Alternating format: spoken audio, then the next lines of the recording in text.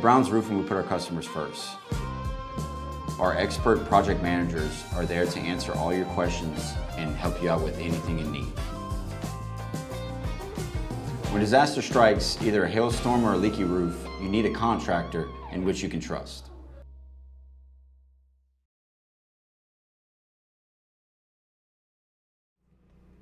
Hey everybody, good afternoon, and thanks so much for taking time out of the Digital Weather Desk powered by Centronex Bank, or taking time out to visit the Digital Weather Desk powered by Centronex Bank. I'm Jared Floyd.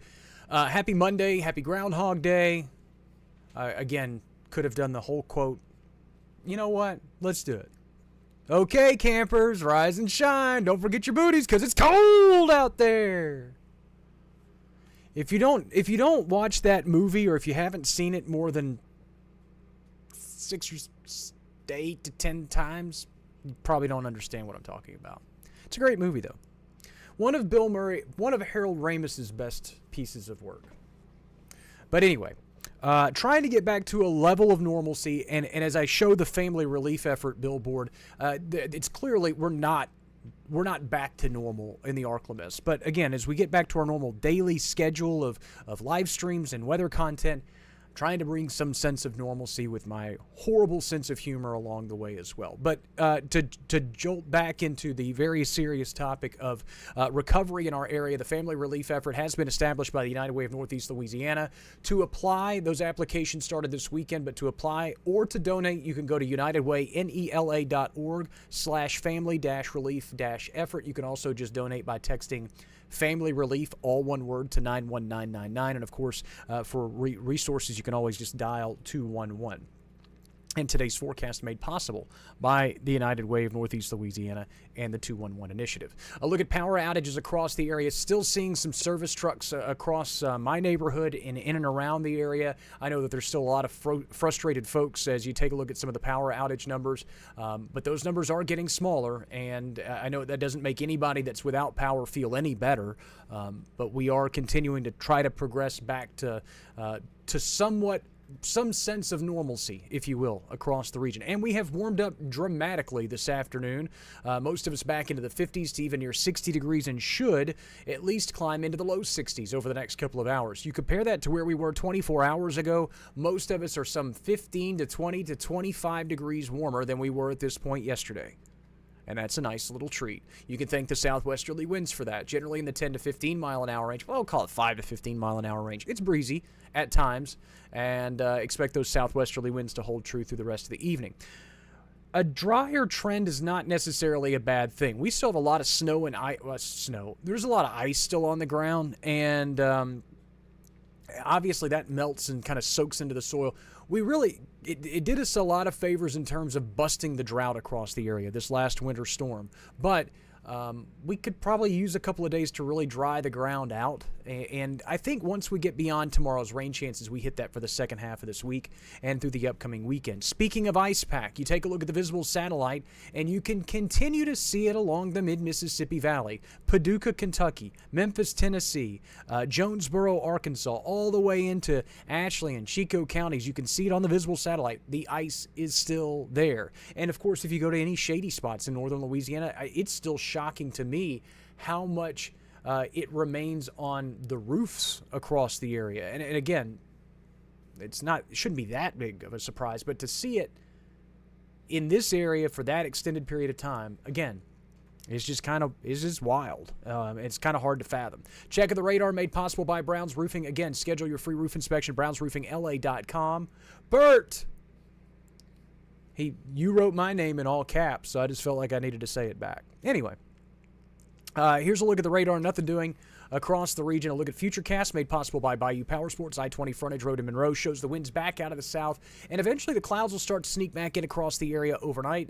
Points the way to showers through the early part of the day tomorrow, and then eventually those showers perhaps fuel a few thunderstorms. Not even the showers that fuel it. It's a kind of the main upper disturbance kicking our front through that could fuel a few thunderstorms during the afternoon hours. Severe weather is not expected to be a problem, but again, some thunderstorms can't be completely ruled out, especially in the southern and eastern counties and parishes, generally along the Mississippi Valley.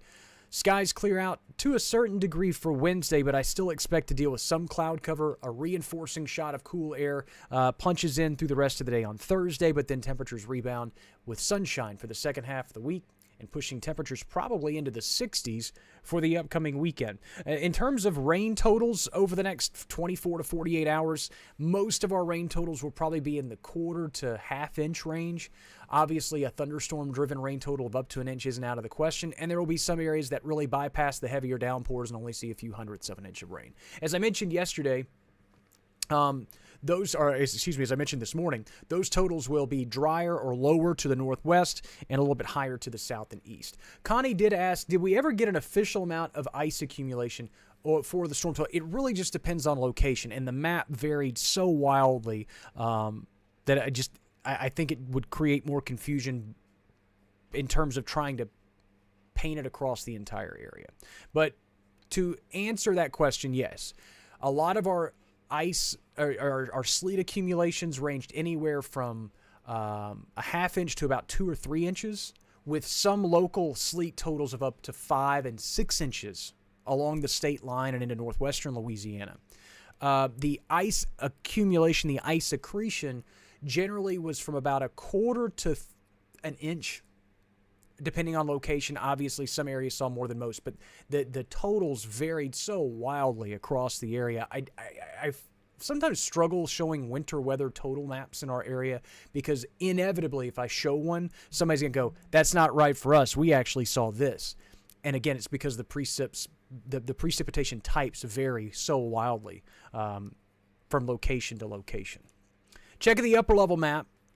We're going to bring this disturbance through tomorrow. It starts the showers early. Then the main disturbance brings the cold front through during the daytime hours or afternoon hours on Tuesday.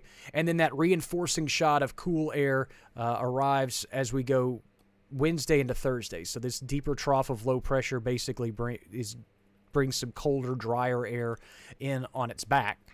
And then beyond that, we really start to see the westerly winds and then eventually the subtropical moisture kind of sink back in, allowing for eventually this big storm system to impact the area at some point early next week. What that will look like by then, we just don't know. But obviously, it is stirring up quite a bit of subtropical moisture. Will this be a storm system that brings rain? Will it bring thunderstorms? We just don't know. Again, not a lot of certainty in that particular part of the forecast, but it does look like most of the next week, beyond tomorrow, is dry. And then early next week and into the middle parts of next week, again, it doesn't look like we trend cold. It looks like we kind of stay pretty close to seasonal, maybe even trend a little above normal temperature-wise. So that leads me into this. Christy asks, is there more bad weather coming? In the short term, no. And you look at the 6 to 10 day outlook, temperature-wise and precip-wise, and if you joined us this morning, you heard me go on quite the little soapbox rant about misinformation in the weather community and how it creates distrust all the way across the board. And I'm not going to reiterate all that stuff, but I will say this, just to kind of harp on this one more time for those that are paying attention and didn't get enough of it this morning. I'll say this. The weather community interprets and has all this model data, all of this data that comes in every 6 hours. And it's like we're holding a hand grenade, okay? And it's like we're showing it, like, look at this. This is cool, huh? This is cool. And we're showing it to the public, like, hey, look at this thing. Look at this grenade. It's neat. And then we go, hey, do you want to? And it's like we hand it to the public, like, hey, you want to hold it? And the public's like, yeah, I want to hold that. And so they hold the hand grenade, and then we give it to them. And then when the public pulls the pin, we look at them like, well, what did you do that for? What did you expect? Like, again, that's my best analogy. And I was thinking about that this morning, and I was like, it is kind of like, it's like, again, we're holding this, and we're caught it, and then we hand it to the public. And then when the public takes it and runs with it, we're like, well, why did they do that? Well, what did you expect? So there's the precip outlook over the next 6 to 10 days. 8 to 14 days, above average temperature-wise. Now, these things aren't perfect. I don't want folks to sit here, and that's the other weird thing about it, is I don't want folks to sit here and go, all right, Jared says it's not going to snow. Jared says he don't know. That's what he says. And anybody that says they do know is lying to you. Flat out. Well, they were right about such and such storm system. I keep receipts. And a lot of those places were wrong about this storm system and that storm system and that storm system and that storm system. A broken clock is right twice a day. Low 60s for highs. Few afternoon clouds. And if you think that I'm trying to complain about one, I'm complaining about them all. There's dozens, if not hundreds, of just stupid, bogus sites out there that are just preying on your clicks. Meanwhile, this groundhog is actually breathing. Huh. I didn't notice that earlier. Look at his little... How about that? Anyway, overnight lows tonight back in the mid-40s. Did the groundhog even see his shadow? What happened? Did he? He did? My wife works right next to me. She's just having to listen to all this craziness. She's like, what? This guy's lost his... So he did see his shadow. What is... That means more winter? I'm the weather guy. I don't even know what that means. I have no clue. 6 more weeks? 6 more months? 8 more years? However many. I know the movie.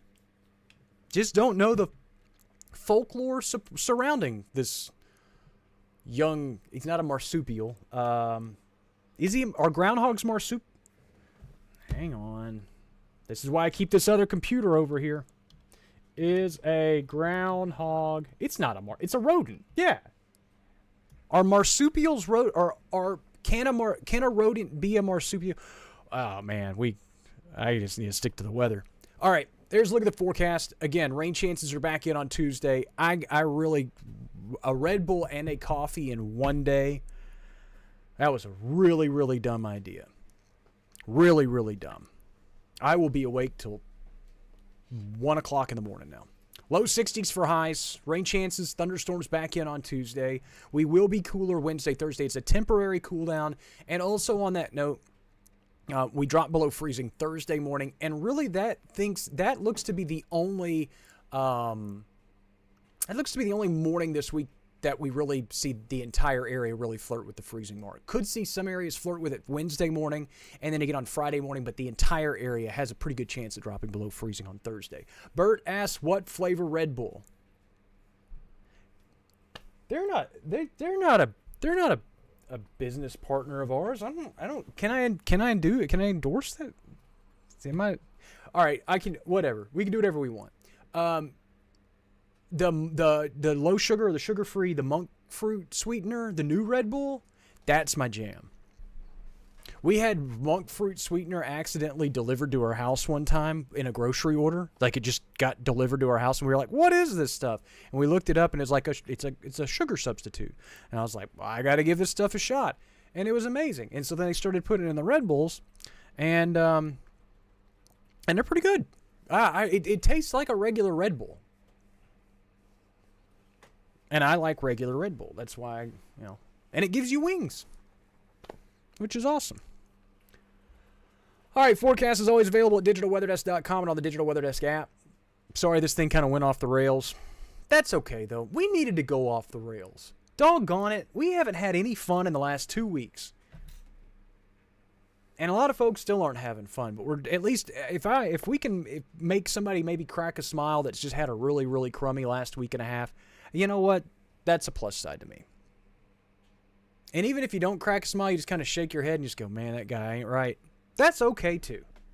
Forecast is always available at digitalweatherdesk.com and on the Digital Weather Desk app, available for Apple and Android users. I'll see you later today, between 4 or 5 o'clock, somewhere in that ballpark, as we tie a bow on this Groundhog Day. Don't forget, National Weather Person's Day is on